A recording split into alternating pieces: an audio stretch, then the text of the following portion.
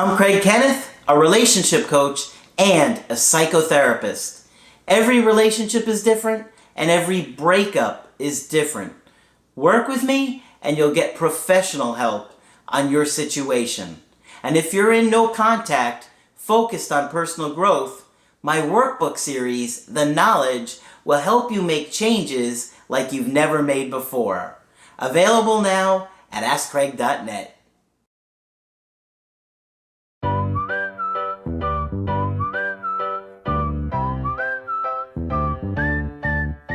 Hi there, I'm Coach Kenneth, and in this video I'm going to be talking to you about why did his feelings change for me? You know, feelings constantly change, and it's kind of scary when you think about somebody's romantic interest can kind of increase or decrease. And sometimes it gets to the point where they're not feeling a connection with you anymore and they want to end the relationship. This is a risk we all take. When you get into a committed relationship with somebody, they could leave you for any reason at any time. Is it fair? No, but it's just the way dating goes or relationships go. The best thing you could do is to be your partner's best option as often as you can. And the more frequently you treat your partner well and are there for them and are a great part of their life, the more likely they're going to want to stay in the relationship. Now, even if you are a great partner and are consistent with them, and loving and affectionate, and you have fun and life is playful and good, doesn't always mean that they could do it. And sometimes there are things that are going on within them that cause them to feel disconnected from you. And it hurts when that happens because we often blame ourselves. But there are so many different reasons that feelings can change. Stress, family, health issues, depression, anxiety. There are so many different things that can cause someone to lose feelings for you, even if you have a great relationship. And that's why I try to educate you on mental health and attachment issues and, put you in the best position to have a successful, happy relationship. Now, today, I've got an email coaching that I thought would be helpful for you to look at a situation. This is actually a gay couple, but when you're dealing with attraction and feelings for somebody, it doesn't matter if it's a gay or a straight relationship. Because as you'll see in this situation, I'm looking deeper at the problem. And of course, that's what I do in the coachings with you guys. If you want my help personally, you can always get that on my website, AskCraig.net. That's what I'm here for. That's what Margaret's here for. So this situation that I have today is a gay couple in their mid-30s. Now, they broke up after 5.5 years, okay? They got engaged last August. He said, we never really had any problems and got along great. We had a couple of spats here and there. He, on the other hand, has a lot of family issues, especially with his mother, who has anxiety, depression, and is bipolar. She is very controlling of him. So this is going to have a big impact on him. And it's going to impact his ability to have a healthy relationship with somebody else. Because when you had a parent or a caregiver that's struggling with anxiety and depression and bipolar, you're growing up in a home that's pretty unstable, okay? And when somebody tells you at the beginning of a relationship, oh, I'm bipolar, or my mom was bipolar, you got to take a real hard look at that, because it's going to oftentimes mean there's a lot of issues that come with that, And you need to know what you're getting into before you make that decision. I grew up with a bipolar stepdad, and it was a hostile environment where he would punch holes in the wall, he would gamble, he would drink, he would disappear for days at a time. And that's just the tip of the iceberg. So I can understand that his mother being like this, it's going to be hard to trust people. And it's going to be hard dealing with a woman like that in your life, right? Because I'm sure she's still in his life, as we're going to see here. Because I remember doing this email coaching. Late last summer, she said things and wanted my partner to pay for her lawyer. When he said no, which was, I think, the appropriate thing, she said, "You're dead to me." So you can imagine this guy's mother told him, "You're dead to me." That's horrible. I mean, that is going to cause stress, right? And it's going to really affect your partner to hear your mom say that. They did not talk again until Christmas Day, when she probably wanted something. And during that time, I could tell he was much happier. He probably was, and who could blame him? He lives 2 hours away from his family, and up until late last summer, he would have to text his mother every morning when he got to work and call her every morning when he got home, and if he had plans in the evening, he would have to talk to his mother first before we could leave, and if she didn't pick up, he wouldn't go out at all. Well, that doesn't sound healthy at all, does it? He's got to call her on the way to work, call her on the way home, and if he doesn't talk to her, he feels like he can't even go out and enjoy his night. Okay, so it tells me he's not really individuated from her.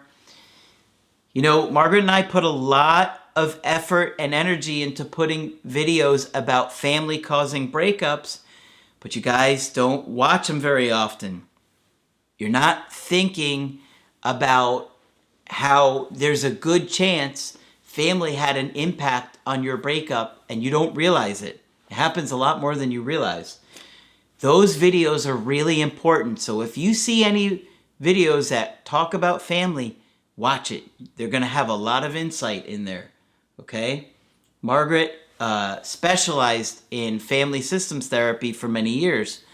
And so we take a good close look at that to look at the deeper meaning of what's going on in your breakup. In his relationship before we met, he was emotionally abused a little and physically abused as well. And his family found out about his relationship via social media and didn't take too good about him being gay.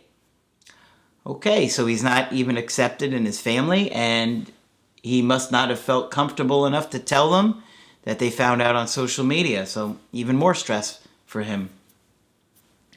He has not told his family about me for 5 years due to fear of how they will react. Well, you are quite patient to wait 5 years. A lot of people would have been really upset, lost emotional self-control, blew up, ended the relationship, but maybe you saw how unstable mom is, and if mom's that unstable, I'm willing to bet that there's a lot more going on with that family. But, boy, this is really stressful for this other guy, right? I mean, could you imagine trying to just enjoy life when you have all this other drama going on with your mother and your family and everything else? So he goes on to say, I introduced him to my family in November and they love him. A couple of years ago, his mother and father separated, and a little bit after he became distant, stopped saying, I love you. It got better. He started generic Zoloft, and that helped significantly since then. Yeah, but mom is no doubt going to be cause of this breakup. The end of March, he talked to his mother. I could see it coming. He talked to his mother on the phone, and she went crazy because his dad wants to finalize the divorce with her. You could imagine this poor man has probably been through hell with this woman. She sounds like she's got a lot of problems.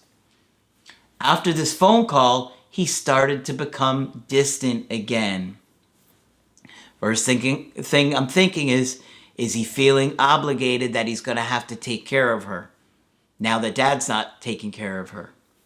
I'm wondering if that's what's going on in his unconscious. A few days later, he sent me a text and said he got scared and his feelings changed for me. Now, does it sound like this guy did anything wrong? There's complete chaos with his family and his mom. And so that's taking him out from his connection, from his relationship. And that's going to probably overwhelm him and occupy his thoughts. And part of me already wonders if he feels he's going to have to go back and move back home to take care of mom. This is what we talk about with individuation. Got a lot of videos on it. Watch them, they're really helpful. He said he hasn't been truly happy for a while and wasn't in love with me anymore and saw me as a friend, and he doesn't want to lose me. Oh, come on. I'm not buying that. I believe that he doesn't want to lose him and sees him as a friend, but I don't believe that he's saying I wasn't happy for a while. I think he's just saying that because he doesn't know what to say, or he's so confused, probably. No signs at all his feelings were changing before he talked to his mother. See? It all stemmed from mom.